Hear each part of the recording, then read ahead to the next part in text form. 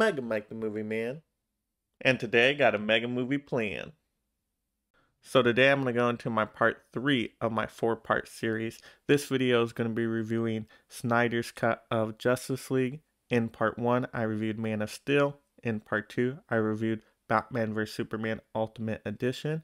And then after part 3, I'm going to have part 4, which is going to rank all of the Snyder Justice League movies from the worst to the best. So after this part 3, you're going to want to go to part 4. In this review, though, of Snyder's Justice League movie, I'm going to be going over the good, the bad, and my recommendation on whether you should go back and see this one or not. So you want to stick around towards the end of the video for that recommendation. Also, spoiler warning here. There's going to be some spoilers in here, so you have been warned if you haven't seen this movie yet. Make sure you do so, and then come back to this video.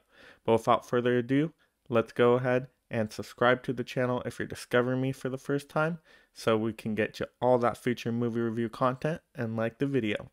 Now let's get started. Hundreds of thousands of other super beings on the other planets he's destroyed, right? And we have to assume he's won. I don't care how many demons he's fought and how many hells. He's never fought us. Not us united. Now to get into the good of the movie first. Wow, this movie has been totally upgraded to fit Snyder's vision. Wow, this is fantastic here. You just see much more cohesion to the overall story, and you can just tell right away with the Wonder Woman scenes how it's edited in a different way to make them more exhilarating, and it is just done to perfection. And all the characters here have just been upgraded and given more to do. Cyborg's character you really care about in this movie, and he's a standout. All the background story with the football scenes, that was so important. And then the explanation of his power set and what he can do is just so important to the core of his character that I'm glad they put that footage now into the movie. And then also you have Flash, who's given a lot more important tasks to do in the movie. He's not just sidelined. He had some of the biggest moments, and especially towards the end of the movie, that big running scene. You know what I'm talking about. It's just so mesmerizing to see that on screen. And then even the Bruce Wayne Batman character just has a better personality in this one. He's more likable. He's more seen of a leader. He doesn't look like he's angry to be there. So that was even improved, which was fantastic. And then when Superman shows up, just even having that line of, "I'm not impressed." Wow, that is such a great and powerful line. And that is just so well done. And then even the villain here, Steppenwolf, is totally upgraded. The CGI is done better overall on him, and then he also gets some more backstory too. So it makes more sense why he's doing what he's doing. He's not just a bad guy to be a bad guy. So where this movie is shining is really how all the characters had more background story, more development, you connected to them more, and that was so important and really made all the difference in this movie. Organic and biomechatronic body parts. He's a cyborg. You should probably move. Barry Allen. Whoever you're looking for, it's not me. You're the Batman? Now to get into the bad of the movie. Now there are some slight negatives here. I did not prefer the aspect ratio they went with. I know that fits Snyder's vision, but for the at-home viewing experience, I just did not prefer that aspect ratio. And then some other negatives here. I did not like the new armor they put on Steppenwolf, even though the CGI was overall done better. Just the shiny metallic feel to it I thought was a little odd. I would have preferred them to kind of keep the more ancient looking armor, but improve the CGI on it. So maybe a combination of the both would have been the best scenario. And then also some of the music that went along with Aquaman scenes just seemed a little out of place and didn't feel like it fit with the overall tone of the movie. So that was a little strange. And then also this movie is still too long. There's still some cuts this movie could have made to be more of like a 3 hour 20 3-hour 30 movie. It didn't need to be 4 hours long. They could have easily cut out the Iris and Flash scene.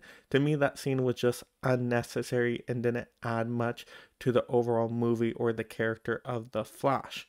And then also having Martian Manhunter in there was really random. I'm a big Martian Manhunter fan. He looked awesome in this movie, but I didn't get why he was there.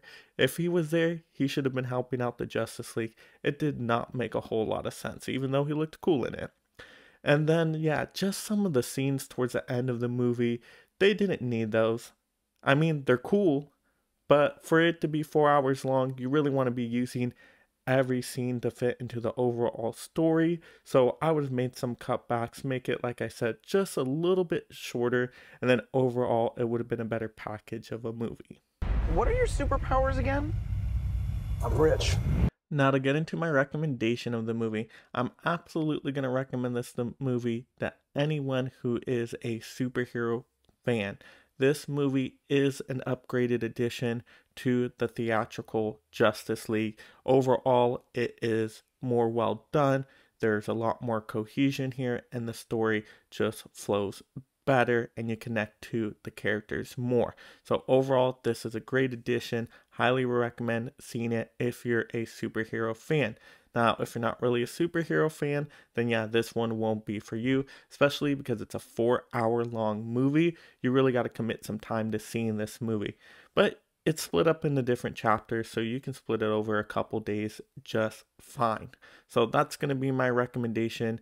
Even if you didn't like the original Justice League movie, the theatrical version, but you like superhero movies, you like some other stuff DC has done, I think this one is going to be a lot more enjoyable to you than the theatrical version. At least that's how it was for me. And I didn't think the theatrical version was terrible, but this one has improved on a lot of the mistakes the theatrical version had.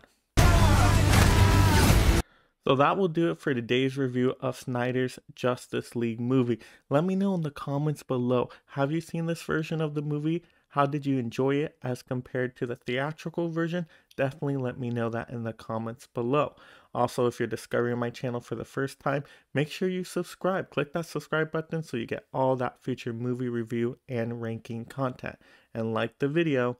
And then also now what you're going to want to do is actually go out and check part 4. Yes, part 4. Make sure you click on that video so you can see the epic conclusion, me ranking all of Snyder's trilogy of movies from the worst to the best. So definitely click on that one and enjoy. And this is Mega Mike, the movie man out here, reminding you to make every day a movie day.